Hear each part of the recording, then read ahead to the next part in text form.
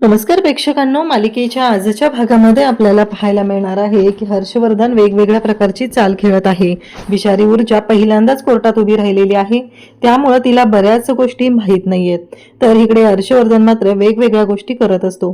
हर्षवर्धन आता प्रश्न विचारत आहे, ते म्हणजेच इथे उभ्या असलेल्या पद्मावरती प्रश्नांचा भडीमार सुरू झालेला आहे आणि पद्माला विचारलं जातं की सांग, नक्की काय झालेलं होतं त्या दिवशी तिथे आणि कोण होतं, कोणामुळे ह्या सगळ्या गोष्टी घडलेत, हे सगळं पद्माला विचारलं जात असतं.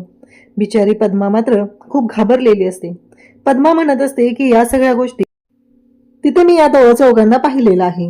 मग पद्माला जेव्हा हे सगळं बोलणं सुरू झालेलं असतं आणि नेमकं त्याच वेळेस हर्षवर्धन तिला विचारतो की या चौघांना तिथं पाहिलं म्हणजे नक्की काय झालेलं आहे आणि कधी पाहिलेलं आहे त्या चौघांना, हे सांग मला, असं सांगितलं जातं.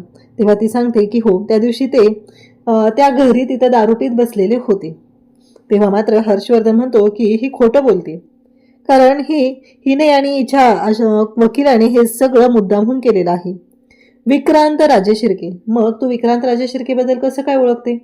तेव्हा ती म्हणते की विक्रांत राजे शिर्के आणि तुमच्या मुलीचं लग्न ठरलेलं आहे, म्हणून तर मला त्यांच्या घरी पुरणपोळी घेऊन पाठवलेलं होतं. तेव्हा मात्र हे सगळं जेव्हा घडत असतं तेव्हा मात्र इकडे हर्षवर्धन म्हणत असतो की बघितलं का जज साहेब, ही गोष्ट खूप कॉन्फिडेन्शियल होती आणि ही ह्या मुलीने बाहेर आणलेली आहे, कारण माझ्या मुलीचं लग्न आणि आमदार साहेबांच्या मुलाचं लग्न ठरलेलं होतं आणि त्याचबरोबर ह्या सगळ्या गोष्टी ह्या मुलीने ह्या वकिलासमोर आणलेल्या आहेत आणि या दोघींनी मिळून पैसे लुटण्यासाठी हा सगळा डाव आखलेला आहे, हे समोर येत असतं. आणि त्याचबरोबर हे सगळं जेव्हा घडत आहे तेव्हा मात्र इकडे आता हर्षवर्धन म्हणतो की त्यांच्या घरचा जो नोकर आहे ज्याने हिला वरती नेलेलं होतं त्याला घेऊन मी बाहेर येतोय, इथे कोर्टाच्या समोर आणलं जातंय, हे सांगितलं जातं. आणि तेव्हा मात्र आता वकील जो आहे वकील आहे तो आणि नोकराला बोलवलं जाते. त्या नोकराला ऑलरेडी बाहेर भेटून हर्षवर्धनने सांगितलेलं असतं जेवढं मी सांगितलेलं आहे तेवढंच कोर्टामध्ये बोलायचं आहे, त्यापेक्षा एक अक्षरही जास्त बोलायचं नाही, असं सगळं त्या नोकराला बजावलेलं असतं. आता पद्मा तिथं बसलेली आहे. पद्माला आठवते हो, तोच नोकर आहे ज्याने तिला वरती घेऊन गेलेला होता. पण शेवटी पद्माच्या बाजूने तो माणूस तरी का बोलेल, कारण त्याला तरी कुठं फरक पडतोय. एखाद्या महिलेवर झालेला अन्याय अत्याचार त्याच्याबद्दल आवाज उठवायची त्याला काहीच गरज वाटत नाहीये. ऑब्विसली ती त्याची मुलगी आहे का कोण आहे, कोणीच नाहीये ना. त्यामुळं ह्या सगळ्या गोष्टी घडत असतात आणि त्याचबरोबर हे सगळं जेव्हा चालू आहे तेव्हा मात्र सगळेजण पाहत असतात. इथे आता ऊर्जाला टेन्शन आलेलं असतं की हे सगळं काय होतंय, कारण कोर्टाच्या समोर जी गोष्ट आणली जाते ती मात्र खूपच भयानक अशी आहे, हे ऊर्जाच्या सुद्धा लक्षात आलेलं असतं. आणि ऊर्जा मात्र चिडलेली असते. ऊर्जा म्हणत असते की बाद झालं. ऊर्जा म्हणते की हे सगळं काय आहे. तो नोकर बोलत असतो की नाही, ते गप्पा मारत बसलेले होते. तेव्हा ऊर्जा म्हणते की हे सगळं खोटं आहे, हे सगळं खोटं आहे, असं ऊर्जा तिथे दरडावून सांगत असते. तेव्हा तो नोकर म्हणत असतो की नाही, मी जे सांगतोय ते खरं आहे, अशाच पद्धतीने गोष्टी घडलेल्या आहेत. तेव्हा मात्र प्रश्न पडलेला असतो की हे सगळं काय होतंय. आणि मग मात्र आता ऊर्जा क्रॉस एक्झामिन करायला उठते. तेव्हा तो सांगतो की ऊर्जा म्हणते की जेव्हा ही मुलगी घरातून बाहेर पडली तेव्हा काय झालं, असं विचारलं जातं. तिच्या अंगावरचे कपडे फाटलेले होते का? तेव्हा तो सांगू लागतो की नाही, ती नॉर्मल गेली. तिच्या मागे ही मुलं पळत होती का? नाही, तिच्या मागे कोणीही पळत नव्हतं, हे सगळं सांगितलं जात असतं. आणि तेव्हा मात्र इकडे आपल्याला पाहायला मिळतं की हे सगळं जे काही घडत आहे ते खूप भयानक अशा पद्धतीने झालेलं असतं. आता मात्र प्रश्न पडलेला असतो तो म्हणजे की ऊर्जा तिची बाजू मांडत असते, कोर्टाच्या समोर तिची बाजू मांडत असते. इकडे दिव्या आणि त्यासोबतच आदित्य दोघंही बोलत असतात. दिव्या आदित्यला सांगत असते, तुझी आई कारण नसताना माझ्याबद्दल वाटेल ते बोलत आहे, चुकीच्या गोष्टी बोलत आहे, कारण मी भेटायला गेले होते ऊर्जाला, का तर पद्माला घेऊन यायचं होतं, तुमचा फायदा व्हावा यासाठीच हे सगळं मी करत होते. आणि तेव्हा मात्र तो म्हणत असतो की कसं आहे माहितीये का, तू किती खोटारडे आहेस ते आम्हाला चांगलंच माहिती आहे आणि तुला वाटत असेल की तू जे काय करत आहे ते अगदी बरोबर करत आहे, पण असं काहीही नाही, कारण तू फसवून या घरात आलेली आहे, तू प्रेग्नन्सीचं खोटं नाटक करून या घरात आलेली आहे, हे आम्हाला माहिती आहे. आणि ह्या सगळ्या गोष्टी तू मुद्दामहूनच केलेले आहेत हे सुद्धा माहिती आहे. आणि त्याचबरोबर हे सगळं जेव्हा घडत असतं तेव्हा मात्र दिव्या म्हणत असते की काय चाललंय, म्हणजे दिव्याने प्रेग्नन्सीचं खोटं नाटक केलेलं होतं ही गोष्ट आता समोर आलेली असते. तेव्हा मात्र दिव्या म्हणत असते की मी असं काहीही केलेलं नाही. तेव्हा मात्र इकडे तो म्हणत असतो की तू तेच केलेलं आहे आणि तू नको पडूस, मी तुला बायको मानतच नाहीये. तेव्हा ती म्हणते आता मी दाखवून देते की मी काय करू शकते. म्हणून दिव्या चिडलेली असते. इकडे आपल्याला पाहायला मिळतं की आता विक्रांतचे ते मित्र तिथं असतात. पुन्हा आता पद्माला चौकशीसाठी बोलवलं जातं. पद्माला विचारलं जातं की नक्की सांगायचं की काय झालेलं होतं. पद्मा म्हणते की ते तिथं दारू पीत बसलेले, ते गप्पा मारत बसले नव्हते. आता हर्षवर्धन तिला म्हणतो की तुला कसं कळलं ते दारू पीत होते. ते पाणी पिऊ शकतात, ते ज्यूस पिऊ शकतात, कारण दारू पाण्यासारखी असते, ज्यूस सारखी असते, काही असू शकतं. मग तुला कसं कळलं की ते दारूच पित होते.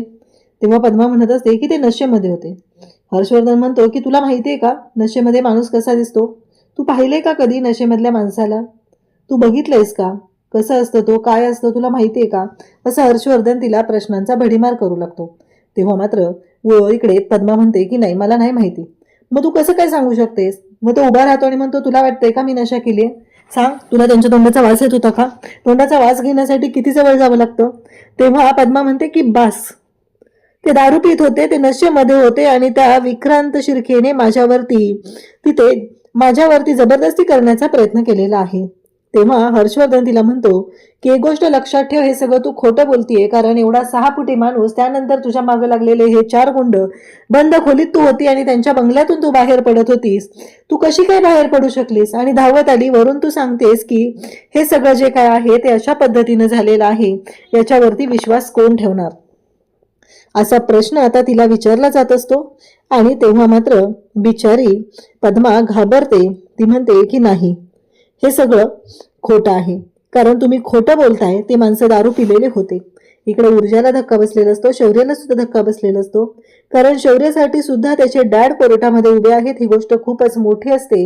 आणि ऊर्जा तर या हर्षवर्धनच्या विरोधात लढत असते, ज्याने तिच्या बापाला संपवलेलं आहे. त्या माणसाला ऊर्जा आता त्या माणसासोबत लढा देत असते. इकडे हर्षवर्धन म्हणत असतो की हे सगळं ढोंग आहे, हे सगळं नाटक आहे, कारण ही मुलगी खोटं बोलतीये, कारण माझे अशील दारू पिलेले होते यावर कोणताच पुरावा यांच्याकडे नाही. आता मला इन्स्पेक्टर होळबुट्टे यांना त्या चौकशीसाठी बोलवायचं आहे, कारण प्रॉस्टिट्यूशनकडे जरी काही गोष्टी असल्या तरीही त्यांनी काय FIR दाखल केलेल्या माणसाला कोर्टामध्ये आणलेलं नाही. विक्रांत शिर्के का आलेला नाहीये. ही मुलं त्यांनी जबरदस्ती तिच्यावरती केलेली नाही. तर हे सगळं काय, असा प्रश्न उभा राहतो. आणि त्याच वेळी जेव्हा ह्या सगळ्या गोष्टी घडत असतात तेव्हा मात्र प्रश्न उभा राहिलेला असतो. आणि त्याच वेळेस आपल्याला पाहायला मिळतं ते म्हणजे काहीही झालेलं असलं तरीही ज्या गोष्टी घडत आहेत त्या मात्र ऊर्जाला धक्कादायक असतात, कारण ऊर्जाला माहिती आहे की हा माणूस काय आहे आणि कोणत्या थराला जाऊ शकतो. मग हर्षवर्धन आता कोर्टाच्या समोर बोलायला सुरुवात करतो. तो म्हणतो की ज्या माणसाच्या विरोधात FIR दाखल केलेली आहे त्या माणसाला इथे कोर्टामध्ये हजर केलेलं नाही. तर होळबुट्टे सांगा तुम्ही असं का केलेलं आहे, कारण FIR तर विक्रांत शिर्केच्या विरोधात दाखल झालेली होती. मग तुम्ही त्याला कोर्टामध्ये का आणलेलं नाहीये, का तो अजूनही फरार आहे. तुमचं असं म्हणणं आहे ना की FIR दाखल झालेली आहे आणि मग विक्रांत शिर्के का नाही. तेव्हा ते सांगतात की तो गोव्याला फरार झालेला, मग गोव्यावरून आणायला परमिशन घ्यावी लागते. मग तुम्हाला माहिती आहे ना तो आमदाराचा मुलगा आहे, म्हणून तुम्ही मुद्दामहून त्याला आणलेलं नाहीये. तुम्ही इथं पैसे उकळण्यासाठी हे सगळं करताय. होळबुट्टे तर गारच झालेला असतो. तेव्हा मात्र इकडे ऊर्जा म्हणत असते की नाही जज साहेब, हे सगळं खोटं आहे, कारण या मुलांना सोडू नका तुम्ही, कारण त्याच्यामुळं एव्हिडन्सेस गायब होऊ शकतात. तेव्हा मात्र इकडे आता हर्षवर्धन बोलतो की कसं आहे माहितीये का, एव्हिडन्सेस गायब होण्याचा प्रश्नच येत नाही, कारण एव्हिडन्सेस नाही येतच ना. कारण तुम्ही घेतलं का, जो आरोपी आहे त्याच्या नखामध्ये ही ज्या मुलीचे काही सॅम्पल मिळाले का तुम्हाला, तुम्ही आरोपीची मेडिकल टेस्ट केली का, आणि त्याच्या बाबतीत कुठली गोष्ट तुम्ही हँडल केलेली आहे का, त्याला ताब्यात घेतलेलं नाही. ह्या सगळ्या गोष्टी बोलल्या जात असतात. आणि आता मात्र ऊर्जाला कळायचं बंद झालेलं असतं, होळबुट्टेला सुद्धा कारण एवढ्या व्यवस्थित पद्धतीने त्यांनी गेम केलेला असतो हर्षवर्धनचा, पण हर्षवर्धनने कोर्टामध्ये जी काय जादू केलेली असते, त्याची वकिली दाखवलेली असते, त्यामुळं ऊर्जा पाहतच राहते. हर्षवर्धन म्हणतो की कोणतीही गोष्ट केलेली नाही. मग ऊर्जा म्हणते की मी आत्ता FIR साठी अप्लाय करते आणि मला लवकरात लवकर त्यासाठी परवानगी देण्यात यावी. विक्रांत शिर्केच्या विरोधात FIR दाखल करते आणि लवकरात लवकर त्याला ताब्यात घेण्यात यावं असं इकडे ती सांगू लागते. परंतु त्याचा काहीही उपयोग होत नाही, कारण आता ज्या गोष्टी घडत असतात त्या भयानक अशा असतात ज्याचा विचारही कोणी केलेला नाही. आणि इकडे ऊर्जा मात्र म्हणत असते की प्लीज यांना सोडू नका, कारण इव्हिडन्सेस गायब होतील. तेव्हा हर्षवर्धन म्हणतो की कोणते इव्हिडन्सेस, काय, कशाबद्दल बोलताय तुम्ही? शौर्याला तर धक्का बसलेला असतो. ऊर्जाने तिच्या बाजूने भरपूर प्रयत्न केलेले होते, मेडिकल झालेले आहे, सगळ्या गोष्टी आहेत. तेव्हा हर्षवर्धन तर कोर्टात म्हणालेला असतो की या मुलीने स्वतःहून तिच्या अंगावरती ओरखडे काढून घेतलेले असतील, कारण काय माहिती कोणी पैशासाठी काय करेल. तेव्हा मात्र हे सगळं जेव्हा घडत असतं तेव्हा हुळबुट्टे सुद्धा शांत झालेला असतो. हुळबुट्टेला कळलेलं असतं की या हर्षवर्धन जहागीरदारने कोणती चाल खेळलेली आहे. त्याला लढा कसा द्यायचा या गोष्टीचा विचार आता हुळबुट्टे सुद्धा करत असतो. हर्षवर्धनने ज्या पद्धतीने ही सगळी गोष्ट केलेली आहे आणि त्याचबरोबर हे सगळं जेव्हा घडत असतं तेव्हा ऊर्जाला सुद्धा धक्का बसलेला असतो. ऊर्जा तिच्या बाजूने प्रयत्न करत असते की त्यांना सोडू नये यासाठी, पण तिच्या बाजूने कमी पडलेली आहे ती, ही गोष्ट ऊर्जाला कळलेली असते. कारण आज काहीही झालं तरीही ऊर्जाला वाटत होतं की आज त्या मुलांना तिथे जामीन मिळता कामा नये, पण त्यांना जामीन मिळालेला असतो आणि ते सुटलेले असतात. उद्याच्या भागात आपल्याला पाहायला मिळतं की ऊर्जा चाळीत आलेली असते, ती खूप रडत असते. सगळेजण धावत तिच्या भोवती येतात. काय झालं, जिंकली ना तू केस? कारण ऊर्जासाठी ही पहिली केस होती आणि ऊर्जाकडे आलेल्या असतात त्या बायका सगळ्या विचारू लागतात, परंतु ऊर्जा सांगू लागते की नाही जिंकलो आपण, त्यांना जामीन मिळालेला आहे. इकडे आता शौर्य आजीकडे येतो आणि आजीला सांगत असतो की आजी, ऊर्जाला त्या दिवशी वाचवणारा, त्या मुलांपासून वाचवणारा मीच आहे. मीच त्या मुलांच्या तावडीतून ऊर्जाला वाचवलेलं आहे. हे ऐकल्यानंतर आजी म्हणते, म्हणजे तुलाही असंच वाटतं का की विक्रांत दोषी आहे, विक्रांतने हे सगळं केले? आणि शौर्य आजीकडे पाहू लागतो. आता ही केस आजी आणि शौर्य मिळूनच वेगळ्या पद्धतीने लढणार आणि खऱ्या अर्थाने पद्माला न्याय मिळवून देणार. इकडे पद्मा मात्र म्हणत असते की ऊर्जाताई, मला न्याय मिळवून देण्याच्या नादात तुम्ही स्वतःला जास्त त्रास करून घेत आहात. सोडा तो विषय, नका मला माझ्या ह्या केसच्या नादी लागू. ऊर्जा मात्र रडत असते आणि इकडे हर्षवर्धन म्हणत असतो, मीच काय, माझ्या हाताखालचा कोणताही माझा कलेस शौर्य कोणीही ही केस जरी घेतली असती लढायला तरीही तोच जिंकला असता, असंही ते अभिमानाने हर्षवर्धन सांगत असतो. पण शौर्याला माहिती आहे की खरं काय आहे आणि खोटं काय आहे. तर आता नक्की शौर्य आणि आजी मिळून कशा पद्धतीने ही केस हँडल करणार आणि हर्षवर्धनची वाट लावणार हे आपल्याला पुढे पाहायला मिळणार आहे. अशाच अपडेटसाठी चॅनलशी कनेक्ट राहा. थँक्यू.